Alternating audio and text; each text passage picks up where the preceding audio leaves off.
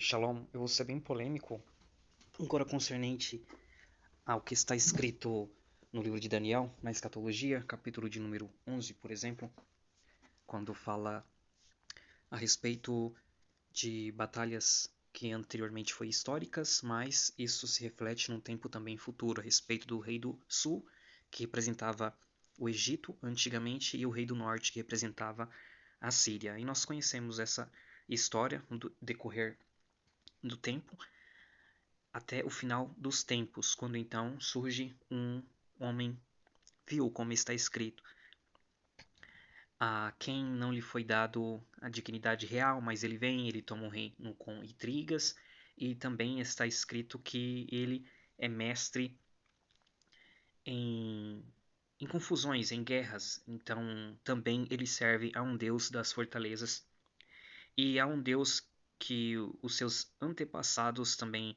não conheceram, ele honra com ouro, pedras preciosas e etc. O interessante destes textos, pouco a ser notado, é que quando então este chifre pequeno ele aparece, que isto faz menção a respeito de um poder da qual se tem um líder. Então, quando este chifre pequeno ele aparece no meio desses conflitos, está escrito que ele vai e avança para o Oriente, isso significando do ponto de partida de Israel, isso é o leste, o lado direito de Israel, onde estão ali os países logo de frente, né? Tem, se não me engano, tem o Iraque, aí tem o Irã, né? Tem a Síria, tem o Irã, tem mais para trás Afeganistão, né? Junto ali também próximo tem Paquistão e vai indo ao lado direito. Está escrito que ele também cresce para o sul, que é onde que fica ali o Egito, né? É praticamente o Egito mesmo, né? Que é a parte do sul. Claro que também tem aí, né, um mar que é dividido, né? Para o outro lado tem a Arábia Saudita. Que interessante, porque os textos bíblicos de Daniel capítulo de número 11 está escrito que escaparão das suas mãos, né? A, as primícias dos filhos de Amon e Moabe. Amon e Moabe foram os dois filhos de Ló, né, do incesto de Ló, daquela situação que houve, onde que Abraão, tendo o seu parente familiar, né, sobrinho Ló, houve contenda entre os seus pastores e eles então acabaram se apartando, se separando, quando então Ló vai para Sodoma e Gomorra, aquelas circunvianças que eram outras cidadezinhas também, onde estava acontecendo toda aquela depravação e houve então o juízo de Deus. E nós conhecemos a história que vai sobrar, né, fugindo apenas Ló e suas filhas, da onde que elas se engravidam dele mesmo por um incesto e surge aí dois homens por nome de Amon e Moabe. Então, a descendência de Amon e Moabe, os amonitas e os moabitas, eles acabam se tornando também inimigos de Israel no decorrer da história do povo. E está escrito em Daniel capítulo de número 11 que estes amonitas e moabitas, as primícias desses, então é eles que também vão ser livrados das mãos do anticristo. Então é interessante, porque se você analisar pelo contexto bíblico, histórico e até mesmo geográfico, da onde que se situavam os amonitas e os moabitas, eles se concentravam justamente aonde o país hoje, a parte do norte, ou seja, a parte superior da Arábia Saudita. Então é muito interessante a se notar do porquê que o anticristo ele não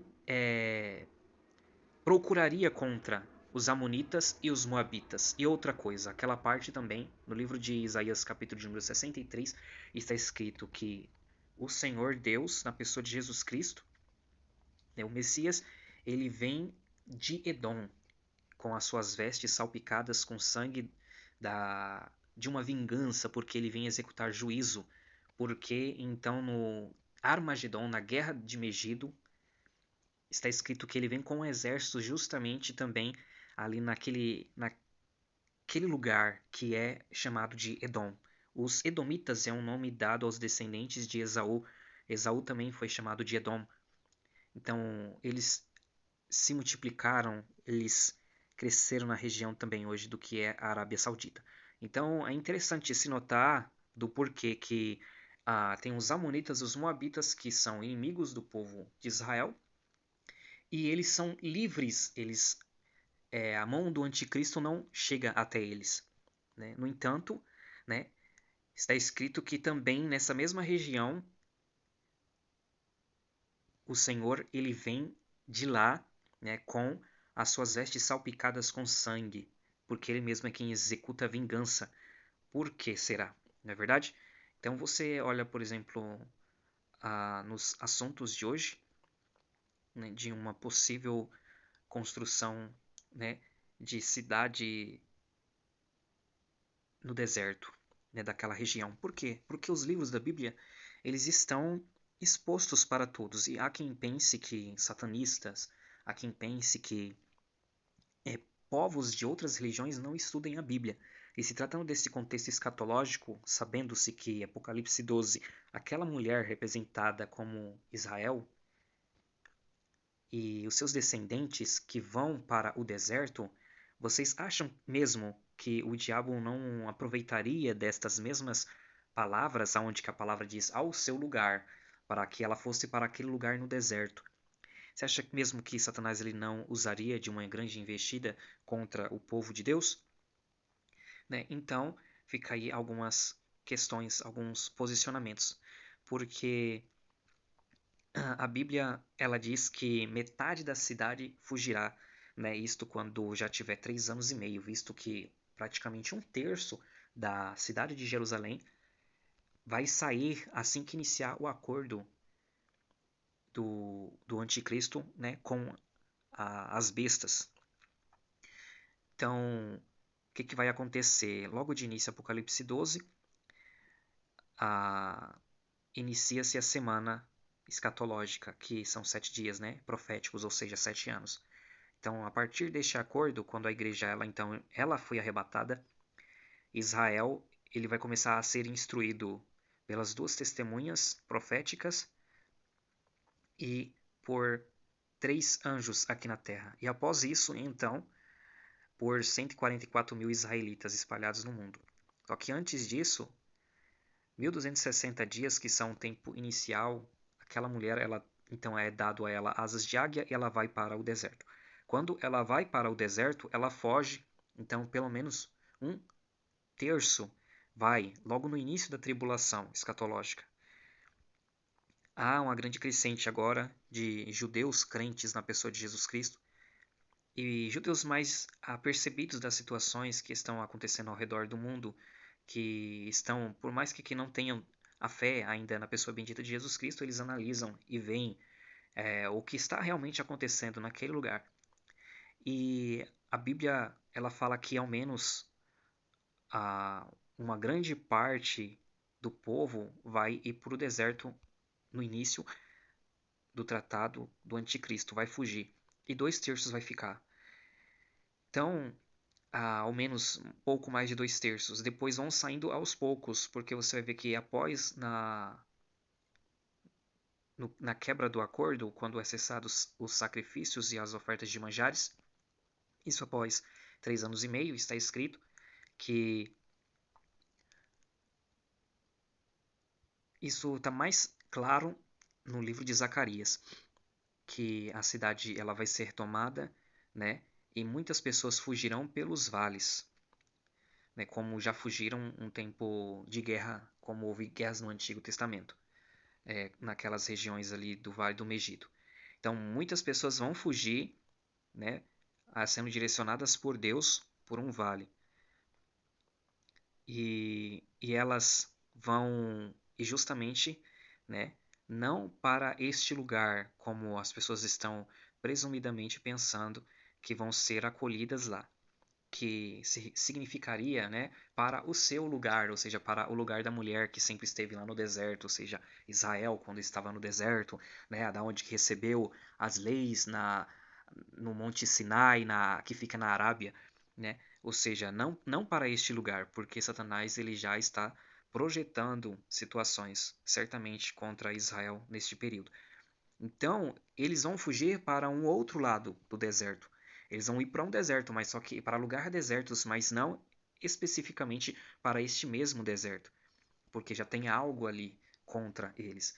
Então, quando você vê, por exemplo, essas agendas hoje do mundo sendo planejadas aí de cidades, né, de poucos minutos você tem acesso, teria acesso, eles já estão projetando tudo isso, né, lugares totalmente fechados, totalmente pessoas estão totalmente controladas de todas as formas, né? E tem todo o acesso a mercados, a hospital, a tudo que for necessário em poucos minutos, né? Em poucos minutos. Se não me engano, é a cidade de 15 minutos, né? No máximo 15 minutos. Então, quando você vê que tudo isso já está sendo projetado no mundo e vai ficar cada vez mais algo mais trancado, né? As pessoas já vão perdendo a liberdade, o mundo está se tornando, né, de monarquias, né, para monarquias de república também para república degenerada, democracia, de democracia para né, pseudo-socialismo, ali vai tornando essas pseudo-democracias em ditaduras e autoritarismo, né, totalitarismo. Então, você vê que o mundo ele vai indo justamente para esse fim, né? Ou seja, para estilos de governo parecido com China, Coreia do Norte. Então, é possível se notar que da onde que surgiria, né? Essas situações, porque você analisa os textos de Apocalipse, capítulo de número 13, versículo de número 18 a seguir, quando fala do número da besta, que é 666. E quando muitas das vezes é citado coisas enigmáticas na Bíblia, normalmente o autor, o escritor, ele está sincronizando com outros textos na Bíblia, dentro de outros contextos, com mesmas expressões idiomáticas ou as mesmas palavras, para dar mais ênfase em algo que está ali oculto, que está em segredo, que é para ser entendido dentro de um total contexto. Por exemplo, quando nós vamos ver outras passagens do livro da Bíblia, quando retrata que Salomão, por exemplo, ele recebia 666 talentos, né? Isso aí representa alguns quilos cada desses talentos. Aí, se não me falha a memória, talentos são quase 30 quilos, alguma coisa assim, um talento.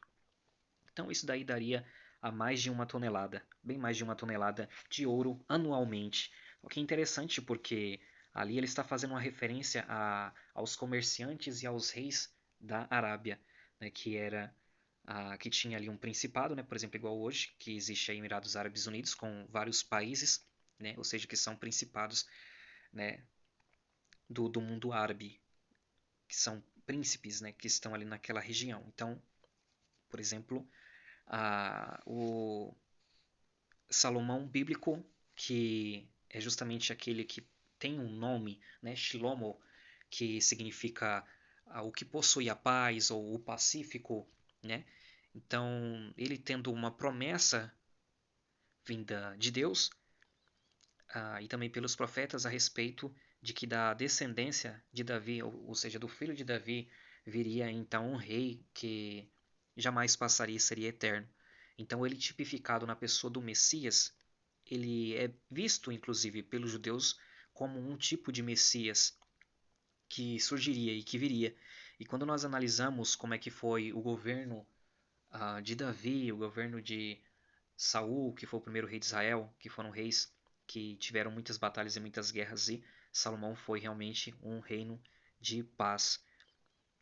E ele cai muito bem dentro deste contexto escatológico, né, pela visão, não que ela seja unânime, mas por alguns judeus, por exemplo, que Salomão ele parece, né, com um tipo de Messias, né? Então, visto que também dentro de livros, né, como de tradição, como Talmud e outros mais que contam histórias extras, inclusive na própria Bíblia também fala que no final da vida dele ele se corrompeu, né, e começou a construir templos para as mulheres pagãs que ele tinha, templos dos deuses delas, e isso também houve aí uma corrupção no seu reinado, houve aí então uma idolatria e muitos pecados, né, porque começaram então a sacrificar os próprios filhos, né, então a essas entidades. Então, isto aconteceu e conta-se outras histórias a mais que também são extras bíblicas, né? O que eu contei está na Bíblia, mas o que eu não disse, que são de tradição de escrita e até mesmo oral, que é passada, né, que está no Talmud e tal, como conta a história de Salomão, a respeito de ele ter alguns certos tipos de poder de aprisionar demônios e principados e potestades, né, e usar isso como um recurso para algum certo tipo de benefício também. Aonde que entra todo o misticismo, né, sobre esoterismo, né, e esoterismo judaico e etc, que combina com Kabbalah, que é o estudo, tem também o esoterismo judaico de Kabbalah, na onde que mistura, faz uma grande mistura, né, de um certo tipo de teologia que não é teologia divina, né, que daí começam a misturar os astros com as coisas da palavra de Deus e os ídolos e etc e tal. E tudo isso daí mostra em si já uma idolatria.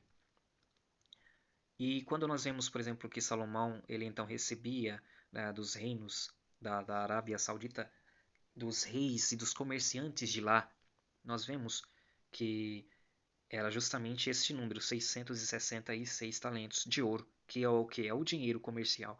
E quando nós vemos Ezequiel capítulo de número 38, nós vemos que dentre as nações que também está a, aliada a Israel comercialmente está o Tarsis, né, Tarshish, que seria por muitos estudiosos a Grã-Bretanha e todo o seu império, o seu domínio, como que também, né, Seba e Dedã, que seria a Jordânia e a Arábia Saudita. Então a Arábia Saudita também está ali e é interessante tudo isso, né? Não é por acaso, tudo fala das mesmas nações, inclusive há uma coalizão, uma coligação de nações que estão contra Israel, né, em Gog de Magog, né, que é um líder que vem, eu já contei isso em outros vídeos mais explicativos, mas só que parece que esta coalizão de nações elas vem com um outro propósito, né, quando o anticristo, ele, a partir de então, ele começa a mudar de ideia, né, e ter um outro pensamento, né, e realmente é o que a partir do meio da semana ele começa então a entrar no templo, né? Ou seja, o que parece é como muitas das vezes aqueles reis de Israel faziam, né? Algumas vezes subia ao seu coração, à sua mente, e eles então, sendo rei, achavam que tinham que também exercer um ofício sacerdotal e até mesmo de sumo sacerdote, e quando entravam no templo para queimar incenso, aí que vinha a mão de Deus sobre eles, né? Que naquele tempo escatológico, né, está escrito que ele entra dentro do templo, né? Muitas pessoas dizem que não vai ter construção do terceiro templo, né, porque é o mundo árabe que tem um controle do monte do templo, né, que inclusive está nas mãos da Jordânia, da família real jordânica, mas há um desconhecimento da história, visto que Israel, né, ganhou as guerras durante estes períodos e até a Guerra dos Seis Dias em 1967 e eles também ali é, adquiriram aquele complexo do templo, mas acabaram devolvendo, né, aquele monte com aquele templo que não é israelense, que não é israelita, né, que já tem muitos anos, desde 691, né, depois de Cristo, né, aí construído por Muhammad ou Maomé, como nós conhecemos, e que então permanece lá até então, né, quando que também desde o segundo século um governador, se não me falha, imperador Adriano Romano, que tem uma tentativa também de construir naquela época um templo, né, ali no segundo século, ali se não me falha a memória, 130 e pouco, alguma coisa assim, depois de Cristo. E houve então sinais, né, extraordinários da parte de Deus que impediu, né, com fogo, com muitas situações, né, inclusive, para que não houvesse uma construção do templo naquela época. Então, quando nós vemos no mundo de hoje toda uma situação sendo preparado, né, todos os utensílios, tudo já está pronto, né, o instituto do templo, do terceiro templo está pronto e tudo mais, porém nós vemos que Israel está ali no cantinho dele, mas só que outras nações estão aí para fazer um acordo com Israel, né? E isto em determinado período, como num tempo de hoje, quando outras nações estão atacando Israel, né? O Irã financiando grupos na Síria, no Iraque e no Iêmen não tem como, né? Porque eles estão bem longe ainda de Israel. Então, de certa forma, eles querem no Iêmen a própria Arábia Saudita, né? Tomarem o governo de lá. Então, quando nós vemos essas situações, né, acontecendo e a Arábia Saudita não pode fazer um acordo com Israel agora, visto que se ela fizer a, estes grupos, né, mais rígidos dentro do próprio religião islâmica, eles se revoltariam contra a Arábia Saudita, né? E é o que parece que vai acontecer no período de tribulação escatológica, porque é o que está escrito em Isaías 21, né? É o que está escrito em Apocalipse 17, é o que parece que o contexto, eles unânimes dão a se entender. Ah, eles estão esperando o momento certo e oportuno para que isto aconteça, né? Então não é de qualquer forma, é por isso que você vê que como é que o governo do anticristo, biblicamente, ele é totalmente unificado se Israel está sendo atacado e também tem amigos, entre aspas, de comércio, como está escrito, Tarsis, Seba e Dedã. E outra coligação ou coalizão de nações, né, como um dos líderes, né, o Irã, Gog, né, ou outras nações. Gog, claro, não é uma nação, é um principado. Então, como que há uma divisão? Porque isso já estava profetizado também, né, na Bíblia, lá na época de Daniel, né, falar a respeito do governo, do último governo humano, né, representado pelas duas pernas, né, então, da estátua de Nabucodonosor, capítulo de número 2. Então, nós vemos aí, né, algo ah, sendo formado no mundo, né, e muitas pessoas não estão percebendo isso. Estudam, mas sem olhar por um outro ponto de vista, né? Então, há aí quem diga que tem um exército do mal, tenebroso, tal, que vem contra Israel para destruir, fazer várias assolações e tudo mais, né? E um outro lado é totalmente bonzinho. Um outro lado é o lado do bem, é o lado que é o lado de Deus, é o lado que Deus está com ele, é o lado que Deus está aprovando. E aí é onde que as pessoas podem cair num, num extremismo de absolutismo de verdade, e é isso que realmente pode fazer com que as pessoas não compreendam o que de fato realmente acontece entre os bastidores. Então, que as pessoas possam compreender, quem ouvir esse áudio e se aperceber que a Bíblia diz, Zacarias capítulo de número 12, a seguir, principalmente no 14, quando há um tempo de reconhecimento da pessoa de Jesus como o Cristo, o Messias, e eles almejam muito isso, que ele venha então, por isso clamam e dizem como Cristo falou também, não me vereis mais a não ser quando reconhecerem e disserem e clamarem dizendo, bendito és tu que vem, né, em o nome do Senhor, né, ou seja, se referindo ao próprio Jesus. Então, Zacarias 14 fala disso, e então há algo terrível acontecendo ali quando a cidade é invadida e muitas situações acontecem naquele contexto todo. E há uma fuga do povo, né, até um lugar da onde que a Bíblia, os estudiosos chamam de Petra, que é uma cidade que fica na Jordânia, aonde que muitos estariam ali e então, de certa forma, a Jordânia ela vai estar ajudando, ou talvez não simplesmente ao país, a nação, né, mas o lugar, a região, seja uma região muito propícia para estar ajudando o povo de Israel neste período. Porque muitos que vão se deixar levar e vão pelo caminho de Edom vão ir para lá, e é justamente lá que o Cristo vai vir e vai pelejar contra todos aqueles que são inimigos do povo de Deus que vão estar ali naquela região. Então é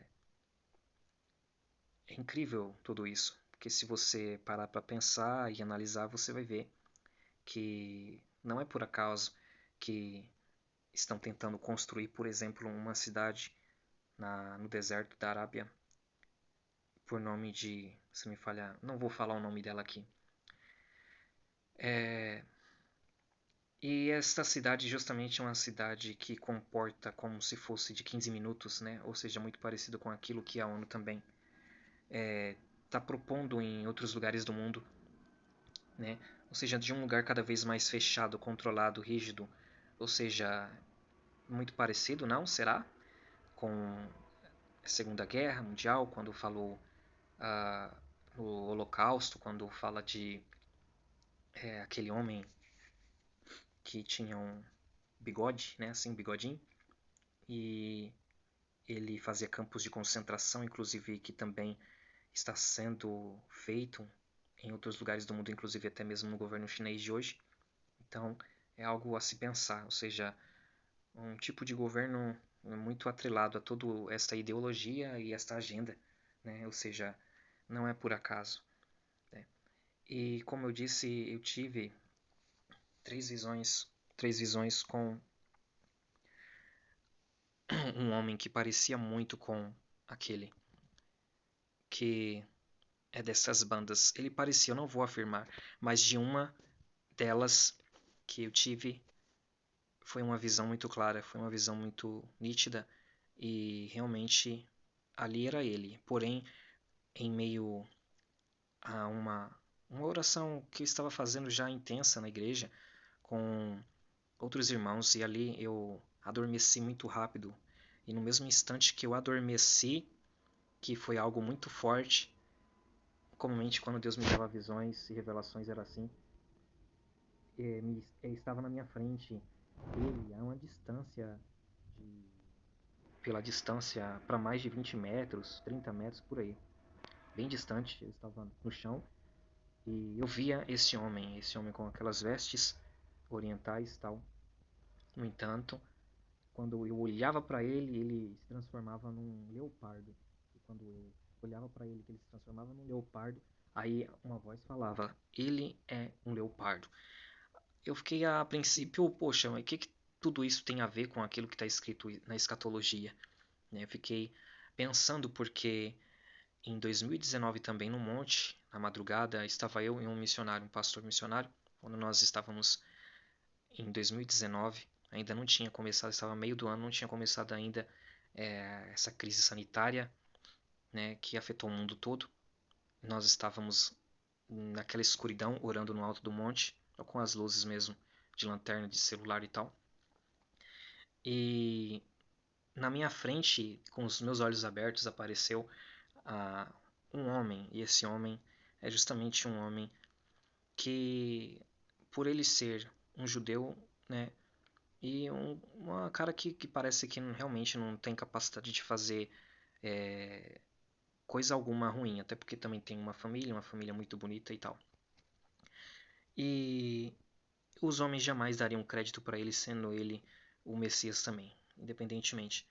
Mas é interessante porque, então, na visão ele me apareceu, ele aparecia na minha frente e quando eu olhava também para ele, inclusive não é somente essas personagens que me aparecem normalmente, que me apareceram durante um tempo.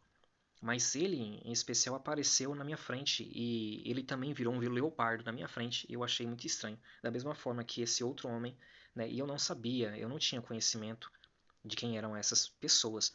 E eles realmente, eles dois são judeus, um pensa não, um é, ainda não, as pessoas não entenderam, não souberam ainda que ele é judeu, mas ele é judeu, né? E esse outro que me apareceu, né? Eles estão aí, vamos assim dizer, se esforçando por um acordo, né, entre eles para houver aí uma administração nas questões, né, de é, reconstrução, né? É, tem uma situação muito grande que eu melhor eu não ser muito específico, né? Tem uma situação aí muito grande acontecendo em Israel, por exemplo, hoje, né? Que é a questão de Gaza aí, né? E muitos lugares ali estão sendo desocupados, né?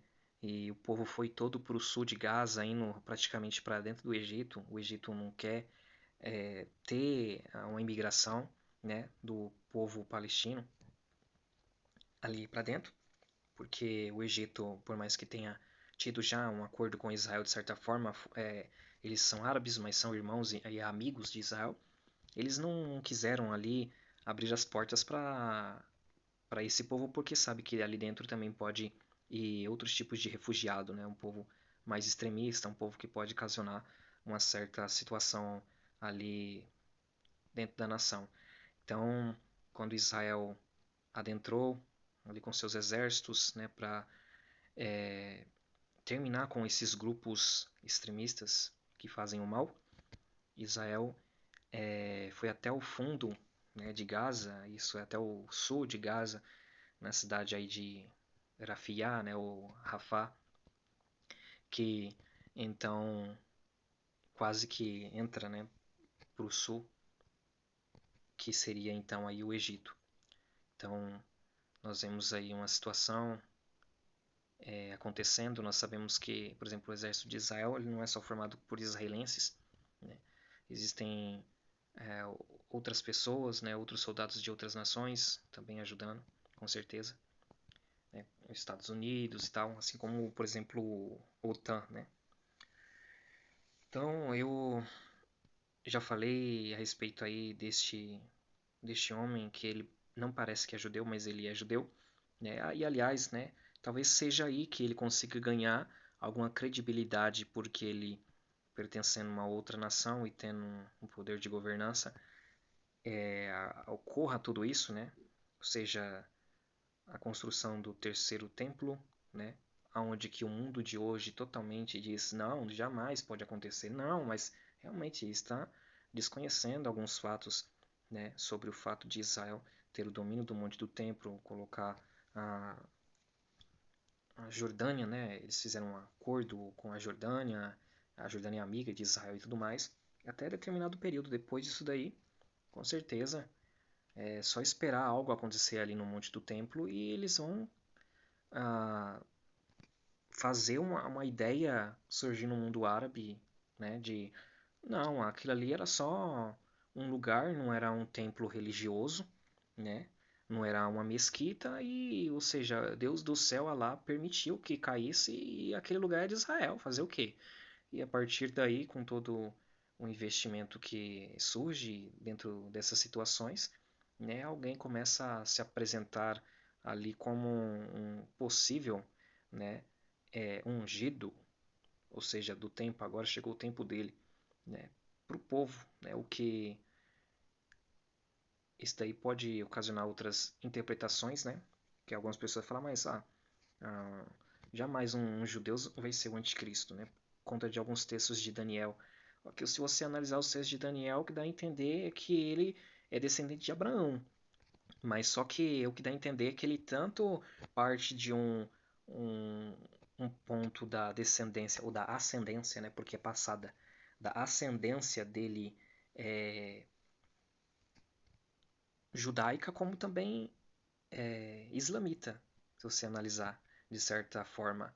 né? O que ficam as pulgas aí atrás da orelha, né? Quando, por exemplo, fala a respeito de não terá respeito ao Deus, ao Elohim, né? Visto que no hebraico e aramaico e grego, os originais bíblicos, não existem letras maiúsculas para dizer que é Deus com D maiúsculo ou com D minúsculo. Então, muitas vezes essas expressões elas são idiomáticas se referindo ao próprio povo, e é o que parece no texto, que se refere ao próprio povo de Israel, que ele não terá respeito ao Deus dos seus pais.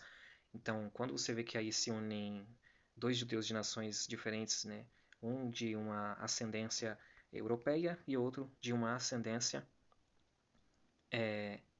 e de uma nacionalidade árabe, né? Aí você vê que isso daí vai longe, né?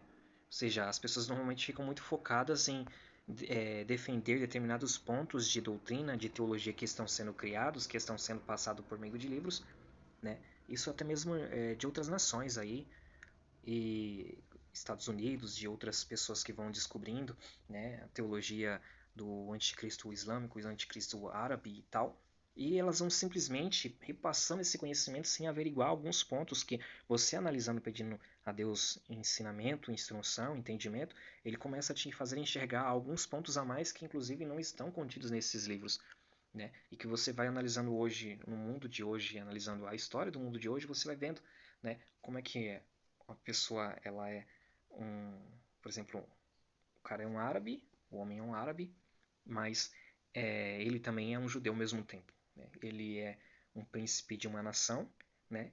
Ele é um rei de uma nação, ele é um governante de uma nação que é árabe, mas só que ele é judeu. E ao mesmo tempo também ele está muito interessado nas questões relacionadas a Israel, né, ao seu próprio povo, né, que é o povo original, só que ao mesmo tempo também, né, há umas controvérsias aí, né, de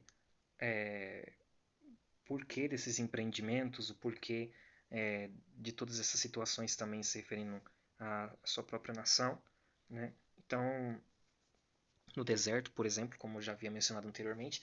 Então é algo muito a ser observado que as pessoas comumente elas só olham por um lado, por um ponto de vista, né? Por exemplo, quando você vê que Isaías fala, né, que Israel fará um acordo com a morte, né? Faremos um acordo com a morte quando ela passar, né? Ou seja, aquele texto de Isaías ele está se referindo a uma possível contradição no momento futuro, como por exemplo é que houvesse dois povos inimigos de Israel, mas só que um ainda está mais achegado a Israel e o outro está atacando Israel. Aí o que acontece? Ele faz uma aliança com aquele que ainda está mais achegado a Israel, sem saber, né? Ou seja, que está em menos inimigo de Israel. Ele está fazendo um acordo com aquele povo, só para que seja combatido aquele outro inimigo que está realmente atacando Israel. Então, ao que parece que é um contexto futuro escatológico que pode acontecer, porque o texto de Isaías está escrito, né, que fazemos uma aliança com a morte, porque por conta disso ela vai passar, e quando ela passar, né, nós não seremos atingidos. Mas o que acontece no contexto? Está escrito que Israel ele é atingido, né? Então é isso que acontece. Ou seja, para Israel entrar nesses acordos, né, para Israel ter esta aliança com outras nações, algumas pessoas dizem assim que não vai ter uma aliança de paz, um acordo de paz, né? Por conta de alguns textos que diz não, o que está escrito em Tessalonicenses é quando disserem agora há paz, agora há segurança, então lhe sobrevirá repentina destruição. Veja, ali ele não está dando uma possibilidade, né? Se disserem a paz agora e a segurança, não, ele está afirmando que quando começarem a dizer então agora existe paz, agora há segurança, aí ele fala então lhe sobrevirão repentina destruição, como é a dor daquelas que está de parto. Então, também no livro de Ezequiel 38 está escrito que a coligação, a coalizão de Gog vem contra Israel num período de paz, quando Israel está seguro. Então, tem algo a ser notado aí. E também está escrito em Daniel capítulo de número 9, né, se tratando da última semana, a 70ª semana de Daniel, que ele fará um acordo com muitos por uma semana. Algumas pessoas dirão, mas esse acordo não é um acordo de paz, não é, é o que as pessoas podem interpretar como quiser, porque inclusive aquele texto ali É algo muito fora, vamos assim dizer, é, é algo que fica muito aleatório a ser interpretado. Mas quando você encaixa outros textos dentro do mesmo contexto bíblico, como por exemplo Ezequiel 38, que fala que Gog vem contra Israel quando Israel está seguro, quando Israel está em paz, aí você vê que realmente houve um acordo de desarmamento, de cessar-fogo, de alguma situação parecida. Né? E é o que pode acontecer justamente quando Ezequiel, capítulo de número. Ezequiel não, minto. Jeremias, capítulo de número 46, quando fala de Elão, versículo de número 36 a seguir, quando fala de Elão, que é o Irã, que Deus vai quebrar o arco de guerra deles, ou seja, as armas que eles têm, as armas de destruição ameaçadoras que eles têm. É. Então, dentro deste contexto todo, você vê que se alguém destrói as armas nucleares do Irã, quem é que se manifesta? Isto é, quem é que vai defender, né, o seu próprio território, vamos assim dizer, as suas próprias ogivas e tal, as suas armas nucleares? É a Rússia, ou seja, o urso maior, né? O urso menor, histórico, era o Irã, mas hoje a Rússia, inclusive, ela tem um próprio símbolo, né, de um urso. Então isso tudo não é nada por acaso, né? Visto que a Rússia aqui fabrica, né, usa como um arsenal lá, o Irã fabrica as armas deles lá e tal, armas nucleares e tal. Então, ela como um chefe no Conselho de Segurança da ONU, ela teria aí a autoridade de forçar Israel a fazer um acordo, né, se algo acontecesse ali naquelas bandas. E aí que entra, né, os outros contextos, né, as outras situações. Então, isso daí já vem sendo falado por um profeta, né, que é um profeta africano. Não tudo isso que eu falei, mas isso último agora, exatamente, que era um doutor, né, doutor cientista, e é, faz muito sentido, faz muito sentido. Inclusive eu não contei as outras visões que eu tive, né. Eu falei que eu um dia cheguei muito cansado do serviço e me assentei. E no momento que eu me sentei muito cansado, né, que eu coloquei então um celular na mesa e eu não cheguei nem a ligar o celular. Então quando eu olhei para o celular ele desligado ainda, me abriu uma tela na minha frente. E eu via então uma grande mesa, aquele lugar muito escuro. Eu fui transportado, não sei como é que eu posso dizer, nos sentidos da visão. E ficou muito claro para mim tudo aquilo. Eu via então uma mesa, um lugar muito escuro, e aquela mesa muito grande, quadrada. Não era bem quadrada, era retangular, né? Porque ela era muito extensa, ela era muito para frente. E havia muitos utensílios, algumas coisas em cima daquela mesa, não sei, mas havia então um homem lá na frente, aquele homem com vestes satanistas. E eu achei muito estranho tudo aquilo. E quando eu olhava para ele, eu não podia ver o rosto dele, porque tanto que estava escuro, como que também ele estava com um capuz, como aqueles capuz de satanistas. E eu olhando para ele, ele começou a flutuar, flutuar, ele começou a ficar acima da mesa. E eu achei tudo aquilo muito, muito estranho, apavoroso. Então eu ouvi ah, algumas coisas, né? Ele não falava comigo, mas eu ouvia uma outra voz que agora fica entre eu e Deus, que eu julgo ser da pessoa do Senhor Jesus Cristo, aquela voz poderosa que falava comigo. E naquele mesmo momento eu fui para um outro lugar na visão. E quando então eu via, né, numa rua também escura, com muitos prédios, mas um lugar assim mais à parte. E eu via que um homem parecia ser ele também. E aquele homem com vestes orientais também, que parecia incrível. Ele parecia ser um árabe. Eu não estou a julgar quem quer que seja, mas ele parecia-me um árabe. E ele estava com aquelas vestes de satanista. E no meio daquela escuridão ele dobrava então os seus joelhos no chão ali e estendia as mãos, né, ao chão e para cima, e ele levava as suas mãos para cima totalmente, como naquelas adorações, né, de prostração, tanto árabes como também antigas, né, que é israelitas judaicas antigas, e ele levava, só que daí então ele louvava e ele agradecia a Satanás, e ele falava: louvado seja Lúcifer, louvado seja Satanás, era Satanás, né, que ele falava. Então ele louvava e adorava a Satanás, aquele homem satanista, e eu não podia também ver o rosto dele. E este então que eu via, quando me desfocava na visão, eu olhava de cima agora e eu via no mapa, e o mapa era nos Estados Unidos que ele estava. E então a voz falava comigo: Los Angeles, Los Angeles, nos Estados Unidos. Eu via então essas duas visões, eu achei muito estranho. E uma outra também que eu vi em revelação depois, ah, como já contei, de ter descido no monte num dia. Essas coisas não aconteciam comigo. Eu ia muito nos montes, eu era muito esforçado desde 2014, 2015, 16, 17. E essas coisas não me aconteciam.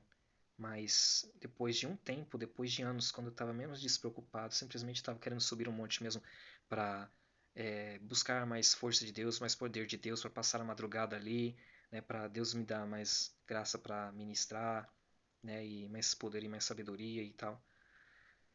Que essas coisas começaram a acontecer e eu não pedi. Isto daí aconteceu num destes anos aí que estava voltando, né, do monte, quando é,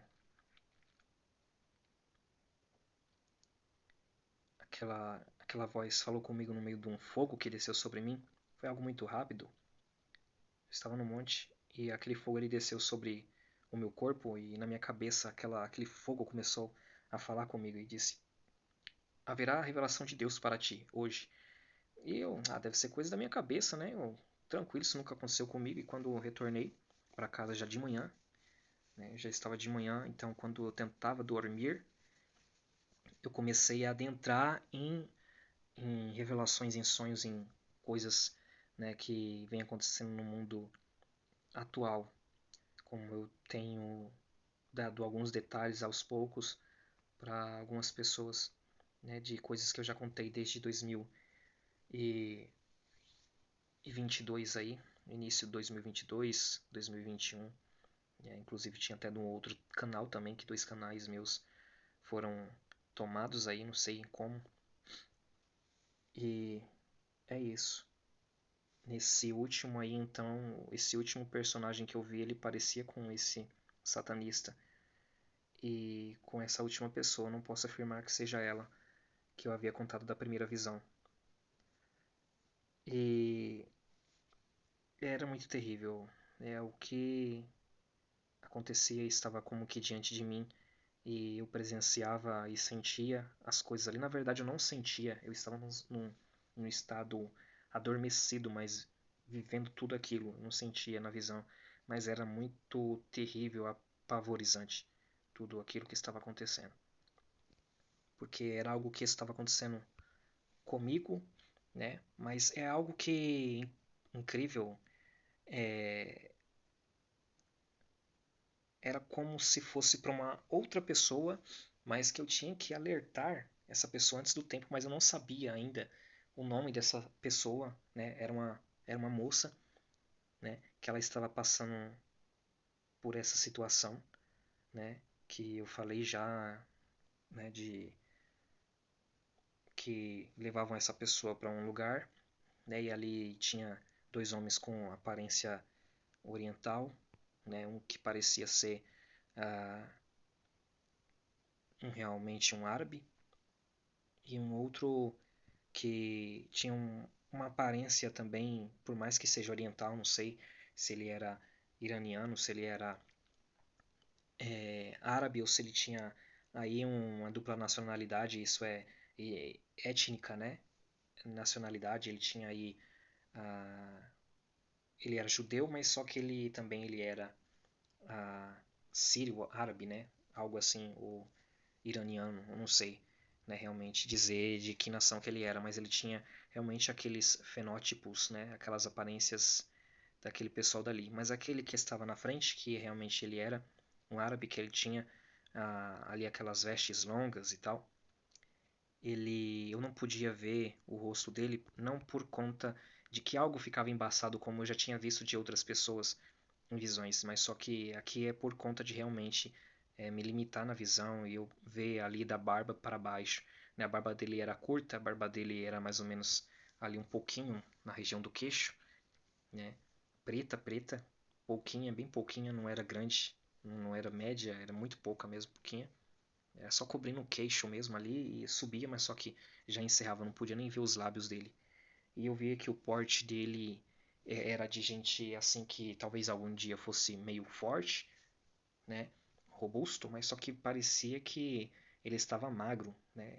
Não estava com toda aquela robustez, né? Que talvez algum dia ele tivesse, né? E pela aparência dele ali, né? E o que na visão eu não ouvia, né? Eu só entendia as coisas a nível da mente, não era nada dito, eu compreendia, né? Era que deveria se prostrar, né? E reconhecer ele, visto que existiam algumas provas que eram postas contra as pessoas, né? Talvez que se colocasse contra o governo dele ou que fosse contra alguma coisa desse tipo. E ali eram apresentados, entre aspas, outros tipos de, entre aspas, crime, né? Que alguém tivesse feito e ocasionado mediante alguma atitude dela, né? Ou seja, era algo totalmente acusatório e mentiroso e enganador. Então, foi assim algo muito estranho, né? Que eu via, era como se realmente uma mulher estivesse ali, mas eu estava como que na pele dela, sabendo o que ela estava passando, o que ela estava vivenciando naquele momento, quando exigiam que ela fizesse algo e ela não então fazia, ela não se prostrava. E ela, por não se prostrar, então ela era torturada. Então era um nível muito terrível de se ver e de. Era algo terrível, né? Então era isso que eu gostaria de estar passando e esse é o meu ponto de vista. Espero que não tenha ficado tão confuso, né? Apesar que é muita informação para colocar todo um ponto ligado ao outro. Porém, para mim, né, eu, assim, eu só acredito em algo que faz muito sentido para mim, que tem muito nexo, que tem um desenho, realmente um mapa muito bem organizado e que para mim faz todo sentido. Bom, Deus abençoe e fiquem com Deus.